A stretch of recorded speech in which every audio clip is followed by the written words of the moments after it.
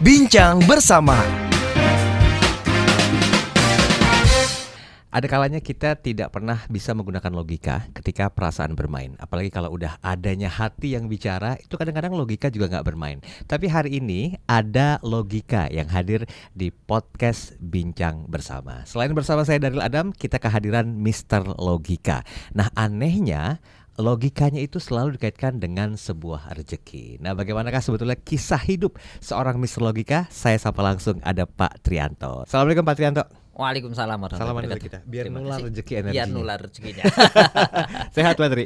Alhamdulillah. Doanya. Saya lebih enak manggil Pak Trianto atau Mr. Logika? Senyamannya saja. Mr. Logika aja ya? Boleh. It's a branding kan, betul kan? Yes. Pak Tri, udah berapa lama menggeluti hal yang berhubungan dengan kerezekian ini? Kerezekian sebenarnya kalau saya benar-benar ini ya baru belakangan sih mungkin mengerti, memahami ilmu itu kan kadang-kadang ilmu itu sepotong hadirnya. Oke. Nah, mungkin di 8 tahun terakhir ini seakan-akan ilmu yang dari masa lalu itu kayak menjadi puzzle. Jadilah akhirnya seperti ini. Itu jadi sebenarnya memahami itu sebenarnya ya mungkin baru 8 tahun belakangan 8 ini. tahun. Tapi sebelumnya waktu pertama kali memahami tentang kerezekian ini, pernah dengar nggak sih selentingan tentang rezeki dari keluarga, misalnya dari kerabat? Karena gini, kalau keluarga saya kan memaknai rezeki itu kan kadang-kadang bukan semata-mata material gitu. Jadi itu yang termasuk ditanamkan dari orang tua bahwa teman yang banyak, relasi luas, pikiran tenang, itu juga bagian dari rezeki. Gitu. Jadi kadang-kadang itu yang membuat hati kita tenang. Nah, ketenangan hidup kita itulah sebenarnya yang menarik rezeki secara material juga gitu. Bahasa sadarnya, bahasa sederhananya gini, kalau kita makin gerubak-gerubuk, makin panik, makin itu, mohon maaf, kadang-kadang apa-apa ngerjain apa-apa nggak beres-beres, buru-buru kok rezeki datang gitu. Nah, makanya sebenarnya ketenangan itu sendiri juga malah rezeki. Nah, rezeki itu menarik rezeki yang lain, barangkali material lah, atau tugas kantor yang lebih mudah terselesaikan lah, atau kita ngomong dengan orang juga lebih asik lah. Itu kan bagian dari itu kalau kita tenang gitu. Oke, jadi sebenarnya semuanya bersumber dari hati dan perasaan ya. Menurut saya seperti itu. Seperti itu. Oke. Saya melihat utuh seorang Mr. Logika seperti sekarang ini, teorinya oke, faktanya juga oke, realita kehidupannya juga oke. Saya tarik ke belakang dulu ya. Sebenarnya waktu masih kecilnya tuh gimana sih diajarin sama orang tua tentang esensi hidup tuh, masih ingat nggak? Kalau kita mereview sekian puluh tahun yang lalu, gitu, hal yang paling mendasar diajarkan oleh orang tua saya itu salah satunya adalah selalu mendahulukan orang lain. Ada sebuah cerita unik, artinya kita anak-anak kecil ya, namanya anak-anak kecil lari-lari itu ya biasa di rumah. Nah, tapi kalau udah ada tamu, orang tua saya tuh strike, nggak boleh keluar, ada tamu, itu satu. Yang kedua, kalau tamu itu saya seneng, kalau ada tamu ada makanan enak. Gitu. Nah, itu pun terjadi, boleh makan kalau nanti ada sisa dari tamu itu. Jadi di rumah itu kalau ada makanan agak enak itu kalau ada tamu. Nah, kita senangnya apa? Pasti setelah tamunya pulang pasti ada sisanya. Nah, itu yang diajarkan bahwa orang lain number one gitu. Jadi kalau kita menjadi tuan rumah, kita ini yang kepada kita atau kita memperjuangkan orang lain itu yang utama. Diri kita, kalau kita orang lain itu baik, udah otomatis lah kita itu ikut baik gitu. Saya jadi ingat tentang filosof yang diajarkan sama Nabi ya, bahwa muliakanlah tamumu dulu, baru keluargamu. Ya, dan itu pun saya pahami kan setelah belakangan. Iya. Tapi betul. waktu itu ya kita nggak ngerti ya. Waktu itu ketika orang tua ngomong seperti itu, kadang-kadang ya bahasa anak kecil ya kesel juga sih. Kan saya pengen nih, tapi ya orang tua mengajarkannya seperti itu. Ya baru sekarang kita memahami bahkan keimanan seorang pun diukur dari bagaimana dia memuliakan tamu kan. Betul. Seperti itu. Dan prinsip hidup itu yang ditanamkan sama orang tua masih terus dipegang teguh. Menurut saya itu yang nggak hilang, nyantol, sudah ketanam, jadi memang ya nggak hilang sampai sekarang. Impactnya apa, Pak? Impactnya menurut saya kalau kata orang orang karena kita mendahulukan orang, ya jujur banyak teman itu hal yang amazing lah.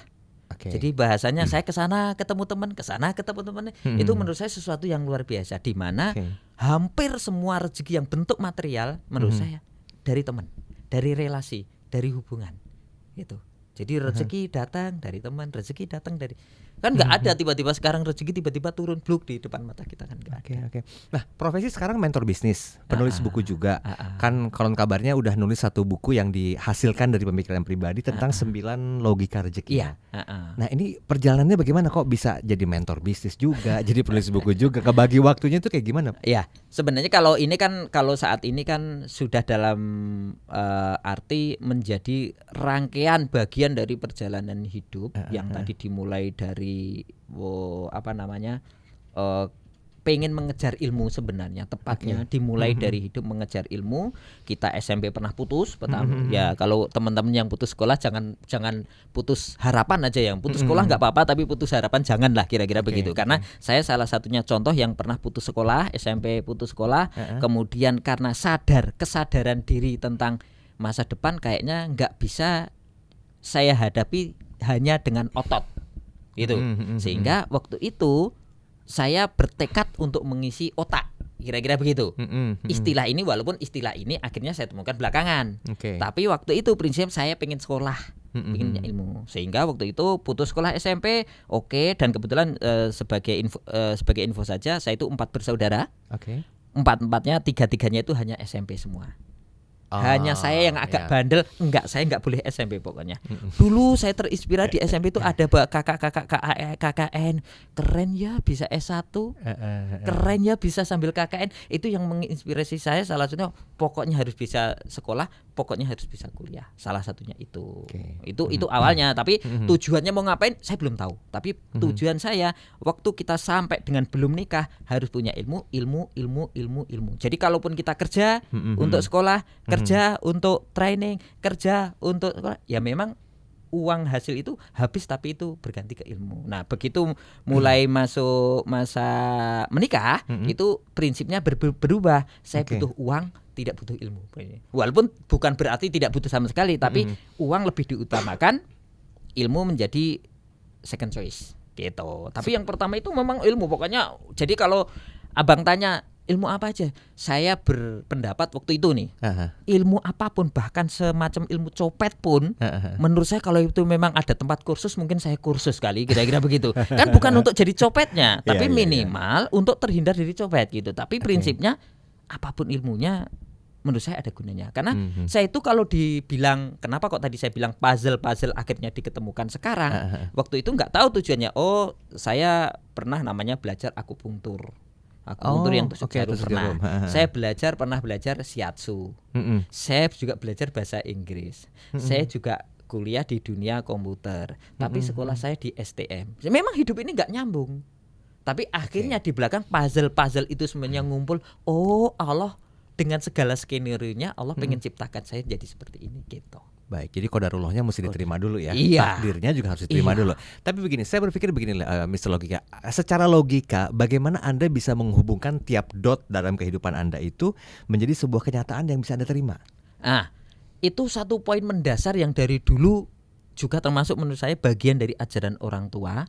Satu, selalu berprasangka baik. Yang kedua, jangan pernah merasa menjadi korban.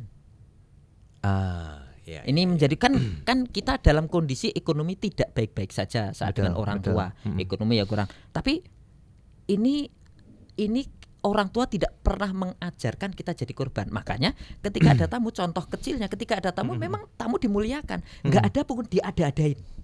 Gitu. Nggak ada pun makanan, nggak ada, diada-adain gitu. Karena apa? Memang kita nggak merasa jadi korban. Karena kalau kita merasa menjadi korban, itu akan berdampak kita rendah diri lah, ngelihat orang itu lebih ke permusuhan lah, ngelihat orang itu lebih ke perbedaan lah gitu. Bukan ngelihat orang itu apa yang barangkali yang saya bisa bantu dia, tapi karena kita merasa kalau misalkan itu berdasarkan rendah diri, mungkin kita ya jiper muncul lah, segalanya muncul gitu. Nggak asik lah, kurang asik gitu. Iya. Itu bisa dipahami sama logika gitu ya? Iya, sangat-sangat logis. Dan kayaknya memang banyak orang yang tanpa menyadari kok bisa terjadi seperti kehidupan mereka sekarang ini, kalau dipahami secara logika juga nggak masuk akal ya? Nggak masuk akal. Cuman nggak masuk akalnya itu karena kita belum tahu ilmunya saja. Belum tahu ilmunya saja. Personal branding Mr. Logika tuh lahirnya gimana ceritanya? Kalau lahir Mr. Logika itu sebenarnya ya namanya apapun itu kadang-kadang muncul itu tanpa kita sadari gitu. Dulu zaman kuliah, lagi-lagi saya sampaikan kuliah pun saya juga bukan tipenya mahasiswa yang rajin belajar. Enggak lah gitu. Sehingga waktu itu ketika dosen itu tanya, itu zaman-zaman Pentium 4 lah, Pentium. Jadi jangan, kalau udah Pentium berarti tahulah ya umurnya, nggak usah tanya umur lah ya. Tadi saya baru nanya tahun berapa tuh ya. Nggak jadi. Nggak tahu tahun berapa itu. Akan ada kemudian Pentium, kemudian ada dual prosesor atau apa itu. Nah pertanyaannya si dosen ini menurut saya yo gini pertanyaan. Kenapa kok yang satu prosesor dan dua prosesor, yang dua prosesor itu lebih canggih, lebih cepat ini? Saya cuma jawab, Ya mesti saja dong Pak. Secara logika coba, namanya kerja sendiri dengan kerja berdua, yang berdua pasti lebih cepat, lebih memuaskan lah gitu. Nah semenjak itulah teman-teman kampus itu manggil saya Mr. Logika. Saya pikir-pikir lama-lama, iya juga ya, bagus juga nih kalau ini dijadikan branding diri nih. Akhirnya sampai sekarang itu saya pergunakan gitu. Jadi gara-gara Pentium 4 yang satu prosesor menjadi dua prosesor itulah saya muncul nama Mr. Logika itu. Tapi gimana Mr. Logika bisa melatih diri untuk memahami tentang ilmu logika ini? Kan nggak gampang sebetulnya. Kadang-kadang orang cuma cocokologi doang. Iya. Kadang-kadang tanpa ada sebuah intuisi dan pemikiran yang based on data ya. Tapi kan kalau dari kehidupan Mr. Logika kan semuanya dipertimbangkan, dihubungkan secara matang, dari puzzle ke puzzle-nya, terus dirangkai sedemikian rupa, baru masuklah cocokologinya. Mungkin yang barusan disampaikan itu agak berkebalikan kali ya. Jadi sebenarnya saya tidak tahu puzzle-puzzle awal prosesnya, on the way-nya itu. Kenapa saya harus belajar bahasa Inggris? Kenapa saya harus belajar pemrograman komputer? Kenapa saya harus belajar akupunktur? Kenapa saya harus belajar siasat atau belajar yang lain? Itu bahkan saya nggak tahu ini manfaatnya. Cuman saya hanya berprinsip suatu ketika ilmu pasti bermanfaat gitu. Nah akhirnya pada kehidupan yang sekarang ini, ini manfaatnya ini. Oh ini seperti puzzle-puzzle yang Allah kumpulkan dalam diri saya, sehingga saat ini Allah berikan beban yang lain menjadi mentor tadi karena pengalaman hidup ini gitu. Jadi logikanya kenapa kok ini menjadi logika? Hidup itu nyaris hampir rata-rata itu ada syarat, ada akibat. Jadi kalau kita penuhi syaratnya, maka akibatnya akan kita dapatkan. Logikanya begitu. Jadi kalau misalkan saya pengen menjadi YouTuber seperti sekarang ini, itu ya saya harus penuhi syaratnya jadi YouTuber. Asik ngobrol di depan kamera. Berarti saya harus belajar public speaking. Kan gitu logikanya. Kalau apalagi syaratnya, saya punya peralatan. Oh berarti saya harus punya kamera dengan kualitas yang baik. Ya saya usahakan. Jadi bahasa saya, kenapa kok ini menjadi logika rezeki? Kalau kita pengen rezeki kita muncul, syarat dari rezeki itu harus dipenuhi. Syarat dari rezeki. Contoh kalau kita rezeki pengen jadi YouTuber, ya syaratnya jadi YouTuber harus dipenuhi. Toh kita ketika kita pengen dapatkan di YouTube, pengen dapat engagement yang luas, syaratnya juga harus dipenuhi. Enggak bisa semau-mau kita. Dan menurut saya walaupun rezeki itu dari Allah, yang orang bilang ya bagaimana rezeki itu bisa didatangkan, menurut saya tetap ada persyaratan. Kalau kita penuhi, Allah pasti turunkan. Tinggal turunnya itu sekarang atau besok atau besoknya atau sejumlah A atau sejumlah B. Itu saja. Kalau misalkan kita prediksi nih, harusnya kita dapat anggaplah 50 miliar kita prediksi. Tapi kalau yang kita lakukan nih nilainya lebih dari 50 miliar, insya Allah yang datang bisa 100 miliar. Misalnya kayak gitu. Jadi sebenarnya apa yang kita prediksi ini harus dilakukan on the way ke sananya. Gitu. Tinggal mau apa itu dicari di balik apanya itu tadi. Nah, itu kan waktunya nggak sebentar untuk paham tentang ilmu itu ya. Sebenarnya kalau ilmunya sih nggak menurut saya sih malah sebentar. Yang nggak sebentar pondasinya. Nah soalnya begini Mr. Logika, secara logika memahami hal yang disampaikan oleh Anda ini kan cukup sulit bagi orang-orang tidak menggunakan logika. Make sense gak kira-kira? Nggak menggunakan logika menurut saya hanya mungkin menurut saya dalam penggunaan logikanya mungkin kurang maksimal. Kurang maksimal saja mungkin. Okay. Karena segini. Nggak pinternya kita gitu.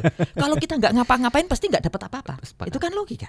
Gitu. Jadi kalau kita pengen dapat apa-apa, ya kita mesti ngapain-ngapain. Nah, tinggal ngapain-ngapainnya ini perlu kita cari. Nah, salah satunya makanya kenapa kok saya saat ini kemudian menjadi mentor ini. Dengan menjadi mentor ini sebenarnya kita banyak dua faktor penting menurut saya kehidupan setelah mati itu tetap ada kehidupan menurut saya. Sehingga ketika kita jadi mentor, kita dapat jariah, menurut saya dari ilmu yang itu, menurut saya dengan banyaknya kita dapat jariah, insya Allah kita juga dapat rupiah. Ngikut. Jadi rupiahnya itu menurut saya bukan bukan tujuan utama, tapi itu dampak atau akibat saja. Berarti salah pemahaman ya kalau orang kerja untuk mencari rupiah ya? Menurut saya ya salah nggak salah tentu saya nggak bisa ngomong secara salah. pemahaman ya. Secara pemahaman karena kan saya, fakta yang disampaikan tadi ketika kita mampu mendedikasikan diri dengan sebaik mungkin dalam sebuah bidang pekerjaan apapun itu, rupiah akan mengikuti kita. Setidaknya persiapannya juga ada kan, Mas Logi kan. Jadi yang lebih-lebih bahasanya gini, kalau kita menjadi orang yang spesial, maka alam atau nasib akan menspesialkan kita. Jadi bahasa saya jangan jadi orang biasa-biasa saja. Kalau logikanya kalau kita biasa-biasa saja, ya kita akan tetap jadi orang biasa-biasa saja. Oke. Dari kisah yang disampaikan Mr. Logika, berapa persen porsi untuk afirmasi yang ada ketika semua keinginan kita coba ingin dapatkan, tapi nggak masuk di logika gitu loh? Kalau itu mungkin gini, perjalanan hidup saya untuk menjadi sesuatu itu afirmasi dalam bentuk keyakinan itu mungkin yang terbesar yang dalam diri saya. Jadi saya itu gini, kategorinya gini. Saya tipe orang yang boleh dibilang agak keras, bukan agak ya, mungkin ya keras kepala banget gitu. Tapi keras kepala terhadap diri sendiri, terhadap tujuan. Gitu. Jadi kalau saya misalkan saya pengen seperti A atau kita pengen mendapatkan A, berarti kan mendapatkan A yang penting kalau saya biasanya ngecek ada nggak sih orang yang pernah mendapatkan A yang menjadi tujuan saya ini? Ada. Berarti kalau ada sangat mungkin dicapai. Karena ilmunya udah Karena ada. sudah ada. Cuman ilmunya belum di kita, di orang lain, di orang lain. Tapi kan ada. Berarti saya harus pokoknya kalau itu belum dapat, saya belum pernah berhenti. Itu yang termasuk saya ngotot. Jadi bahasa saya, memang nasib harus ngikut saya. Bukan saya ngikut nasib. Terserah nasib lah. Ya kan begitu betul gitu. Tapi enggak, saya enggak mau kayak gitu loh. Jadi itu mungkin secara logis kenapa kok seseorang mencapai sesuatu dan seseorang yang lain tidak mencapai sesuatu. Sebenarnya apa yang terjadi di dunia itu udah pernah dialami oleh orang sebelum kita ya. Cuman karena yang pertama tadi ya quote menarik adalah ilmunya udah dipahami oleh mereka dulu, kita belum. Kita belum gitu aja. Masanya udah dialami, kita belum. Kita belum. Hanya belum saja. Itu pasti kalau kita kejar dapat juga kok. Mr. Logika, sejujurnya nih ya, saya melihat vibrasi Anda tuh begitu tinggi. Kuat banget akan pemahaman secara logikanya. Bagaimana menyamakan vibrasi dengan pasangan dan anak-anak? Ada masa di mana dengan pasangan, dengan anak-anak itu kan ada masanya kita jadi teman. Betul. Ada masanya jadi leader. Ada masanya jadi kepala keluarga. Menurut saya tinggal penerapan sisi komunikasi saja. Jadi mengkomunikasikan saat kita menjadi teman, ya kita haheho ibarat kata ya asik-asik aja. Tapi ada masanya kita menggunakan diri, memposisikan diri sebagai leader, yang ini nanti begini, yang ini nanti begini, itu kadang-kadang ya ada. Contoh nih misalnya kita dalam keluarga lagi ada kendala gitu. Mungkin ini kendalanya tidak di saya, mungkin di istri misalkan. Istri sedang ada masalah dengan ini. Udah lakukan aja, tenang saja. Pokoknya apa punya tadi tanggung jawab saya. Itu salah satu yang membuat menurut saya pasangan keluarga itu setidaknya mereka mempunyai kayak macam pelindung. Ada orang yang bertanggung jawab penuh. Itu salah satu cara mengkomunikasikannya tadi, gitu loh. Tenang aja lah, pokoknya bahasa saya kadang-kadang saya memakai bahasa-bahasa yang sederhana. Alah, selama masih hidup rezeki itu pasti ada kok. Karena logikanya kalau jatah rezeki kita habis, mati kita. Mati, betul. Itu. Jadi nggak usah terlalu besok makan apa ya. Karena semakin kita panik, rezeki nggak datang. Iya, sepakat. Karena vibrasi energinya beda ya, bertolak belakang. Beda. Itu bertolak belakang. Makanya nggak usah dibikin panik. Kita besok masih hidup, kita masih hidup, berarti masih ada rezeki. Tapi yang namanya wanita itu perasaannya lebih kuat loh, Mr. Logika loh. Itu dia. Apa gimana sih? Ayah gimana sih? Ini faktanya kita belum tahu nih mau makan apa besok. Nah, gimana secara logika dan kerezekian membahas hal itu? Tetap saya berpikir secara wanita perasaan. Kadang-kadang kita berpikir secara logika. Kita kan masuk gitu. ke otaknya mereka gitu. Mau nggak mau kita memang sekali waktu ya masuk ke mereka lah. Bahasa saya apapun dia kata pokoknya iyain aja dulu lah gitu. Apalagi sedang emosionalnya sedang tinggi. Emosionalnya bukan berarti marah ya, tapi betul. untuk mendekati sesuatu itu dia sedang tinggi. Mohon maaf kalau emosionalnya mau kita berikan masukan apapun kadang-kadang yang mental juga. gitu. Udah biarin aja sampai 21.000 kata sehari itu keluar semuanya, kira-kira begitu. Ya kalau sudah gantian ya ngomong gitu ya. Oke. Gitu. Kasih Jadi jeda kita dulu. mengkonfirmasi jeda sampai ini, terus kita mengkonfirmasi gantian ya ngomong gitu. Artinya dia kalau mengatakan iya, oke gitu. Jadi artinya secara pikiran, secara hati dia sudah terbuka untuk mendengar nampung. kita, untuk nampung.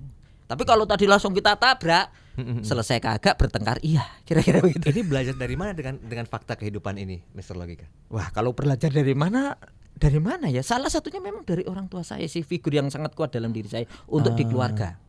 Untuk non materi khususnya. Untuk non materi. Jadi gini, kalau kita boleh mengkotakkan lebih besarnya itu untuk sisi non materi dalam kehidupan berkeluarga, hubungan dengan saudara, dengan orang tua, ibu dengan anak dengan ini segala macam, saya dapat dari orang tua. Okay. Non materi. Tapi lagi-lagi kehidupan memang tidak bisa terlepas dari sisi materi. Itu. Nah, untuk sisi materi kadang-kadang saya sering ngomong ke orang tua. Jadi di rumah pun saya sampai setua ini pulang kampung seminggu, yang saya kerjakan ngapain? Pagi ke dapur, ketemu mak saya, salaman, cium tangan, saya peluk, sehat ya mak. Saya peluk. Benar-benar saya. Itu masih sampai dengan sekarang terjadi. Gitu. Jadi buat saya, bahasa saya pengen menyampaikan, mak, bapak, engkau sudah cukup mendidik anakmu. Ada yang kurang, aku cari sendiri. Bahasanya saya pengen menyampaikan itu. Itu yang kadang-kadang saya kalau ngebahas tentang orang tua itu, jujur saya itu keras gitu. Tapi kalau udah urusan dengan orang tua, melting saya. Kira-kira gitu. Tapi itu. Akankah prinsip hidup ini dan juga apa yang Anda lakukan, baik dengan istri atau anak-anak, ini akan diturunkan kepada anak-anak dan keturunannya nanti? Saya rasa tanpa kita programkan pun, kalau di dalam keluarga kita bisa bentuk itu, akan otomatis tertanam pada anak-anak kita, generus-generus kita. Itu. Jadi saya juga tidak ingin terlalu mendikte anak, mendikte penerus untuk harus A, harus B, harus C. Tapi saya lebih senang biarkan mereka bertumbuh secara natural. Kalau memang ada sesuatu yang saya ingatkan, gitu. Dengan tentu mengingatkan bukan tidak dengan tangan besi, artinya harus begini, harus begitu. Enggak dengan power ya. Tapi dengan gini loh nak, kalau begini nanti begini, kalau begini nanti begini, kalau begini nanti begini. Karena alam bekerja atas dasar persyaratan yang berlaku. Nggak ada tiba-tiba alam itu terjadi gitu. Bencana kan nggak mungkin tiba-tiba terjadi bencana. Pasti ada sebab. Pasti ada sebabnya. Kalau kita memahami sebab, maka akibatnya itu kita adanya pemakluman, sehingga munculnya adalah perbaikan. Itu. Jadi kalau kita tahu sebab, maka akibat ini menjadi pemakluman. Pantesan aku belum kaya, lah kayak gini. Jadi bukan panik. Pantesan aku nggak punya duit karena begini. Oh, kemudian evaluasi munculnya. Gitu. Jadi apa yang terjadi kita tidak kita maknai sebagai korban, asal kita tahu kenapa begini, dari mana itu, kenapa kok, ilmunya dari mana. Ya pergaulan itu mempengaruhi. Artinya bergaul dengan mereka yang lebih senior, menurut saya itu membuat kita juga setidaknya kita ketularan wise-nya, ketularan bijaknya. Apa-apa jangan reaktif lah, cek dulu sebelumnya kamu ngapain gitu. Ilmu yang penting yang menurut saya dapat dari para senior itu sebuah cobaan, tantangan, kendala, atau yang kita sebut masalah itu tepat hanya pada orang itu, tidak untuk orang lain. Nah, kenapa dia tepat? Karena yang melakukan sebelumnya ya dia. Gitu. Jadi memang seseorang itu dengan kapasitas dia, memang dia pantas dapat tantangan itu, kena tantangan, dan pasti dia mampu. Karena nggak ada beban yang disampaikan dan diberikan kepada umat atau hamba, yang dimana hamba itu nggak mampu untuk memikulnya. Pasti sudah diukur gitu. Dan anggaplah saya dengan abang berbeda, tapi menurut saya abang ada sisi negatif, ada sisi tantangan, ada sisi ini, tapi ada juga sisi positif. Saya pun juga sama gitu, masing-masing punya. Tapi itu semua prinsipnya, asal kita tahu ilmunya, semuanya baik-baik saja. Logikanya gitu. Kalau kita nggak tahu ilmu, kita mau ngapain ya? Ngapain bingung gitu. Karena kita nggak tahu jelunturungannya ini apa gitu. Nah sehingga kalau ini saya jadi tertarik gini. Sebenarnya ujian yang Allah berikan kepada kita sama dengan ujian yang diberikan guru kepada muridnya. Menurut saya itu. Contoh begini, apa ketika ada ujian datang? Satu, ada ujian, harap tenang. Jadi kalau udah ujian, udah tenang dulu, jangan panik, jangan itu dulu. Kan biasa kita lihat harap diam, hadap tenang, ada ujian. Jadi kalau ada ujian tantangannya apa reaksi pertama kita? Tenang. Gitu. Jadi kalau kita panik duluan pasti nggak ketemu solusinya tambahan. Tapi tenang itu minimal ada saudara, ada keluarga, ada istri. Kalau kita panik mereka jauh lebih panik. Betul. Kita kepala keluarganya. Makanya mau apapun yang ada dalam diri tentunya ini ya tetap harus tenang. Yang kedua, cobaan pasti sebentar. Nggak ada kita sekolah, anggaplah 1 semester 6 bulan, ujiannya paling seminggu. Kan gitu logikanya. Belajar untuk mengenalinya lama ya. Kan gitu. Kan belajarnya kayak sekolah, belajar 1 semester. Ujiannya seminggu. Sama ujian kehidupan juga gitu. Banyak nikmat, sebentar ujian. Pasti sebentar, nggak lama kok. Gitu. Dan setiap ada ujian pasti ada kemudahan ya. Pasti. Gitu. Baik. Saya mau sedikit nyinggung tentang sisi bisnis. Ada komunitas bos ya katanya. Iya. Ini apa? Tentang apa? Jadi komunitas bos itu adalah komunitas bisnis yang menaungi para siapapun yang bahasa kasarannya sisi material itu pengen memperbaiki finansial, pengen dapat uang tambahan, pengen memperbaiki finansial keluarga dan sebagainya. Jadi di dalam komunitas bos ini, insya Allah kita akan ajarin dari zero to hero-nya. Untuk bahasanya untuk merintis bisnis. Kan contoh merintis bisnis kan sebenarnya bukan sekedar jual beli itu cuma bagian dari bisnis. Bisnis itu ada producting, ada accounting, ada human resources, ada marketing, setidaknya 4 pilar itu. Nah ini semuanya diajari termasuk pengeluaran keuangan semuanya. Jadi itu komprehensif semuanya diajarin. Ya insya Allah begitu nyemplung, insya Allah kami berharap kan tagline kita perguna ini modal terjangkau, profit lumayan, diajari sampai menghasilkan. Modal terjangkau, profit lumayan, diajarin sampai menghasilkan. Ya, karena tapi ini pakai logika ya? Nggak pakai logika? Logikanya nanti setelah nyemplung aja. Karena ini kan hanya membuat orang masuk. Kan gitu. Ya. Jadi, nanti logikanya gini. Kalau kita pengen omsetnya besar, logikanya begini. Gitu. Di situ peran logika baru bermain. Baru bermain. Karena kalau yang awal ini kan cuma bagaimana orang masuk gitu aja. Baik. Mr. Logika boleh nggak sampaikan ke kamera di 2 menit terakhir ini apa kata-kata hari ini yang perlu disampaikan termasuk untuk nge-reach out seorang Mr. Logika itu di mana? Begini, di dunia ini kejadian seluruh dunia ini diciptakan untuk manusia. Sehingga apapun kejadiannya di dunia ini pasti masuk logika. Kalau nggak masuk logika artinya ilmunya yang belum sampai. Ini mendasari kalau kita pengen sesuatu apapun itu cari logisnya. Bahasanya kalau logika tajam itu akan dekat dengan kesuksesan. Gitu. Toh Allah menciptakan kita punya akal untuk berkembang dan Allah tuh menyerahkan kepada kita mau pengen sukses apapun, pengen sebesar keberhasilan sebesar apapun itu diperbolehkan oleh Allah. Tinggal kita yang menentukan. Temukan logikanya, insya Allah Anda dapat dampak baiknya. Terima kasih. Luar biasa. Dan saya rasa cukup untuk edisi podcast Bincang Bersama hari ini. Bagi Anda yang ingin tahu sosok Mr. Logika seperti apa, selain beliau juga punya buku. Ini bukunya 9 Logika Rezeki yang pembahasannya kami juga sudah siapkan di kanal YouTube Smart FM dalam program Book of the Week. Dan reach out aja Mr. Logika di website atau Instagram? Kalau bisa di Instagram Trianto_Logic. Baik. Demikian perbincangan saya bersama dengan Mr. Logika untuk edisi kali ini. Kita ketemu lagi di edisi berikutnya. Sampai jumpa. Terima kasih. Bincang bersama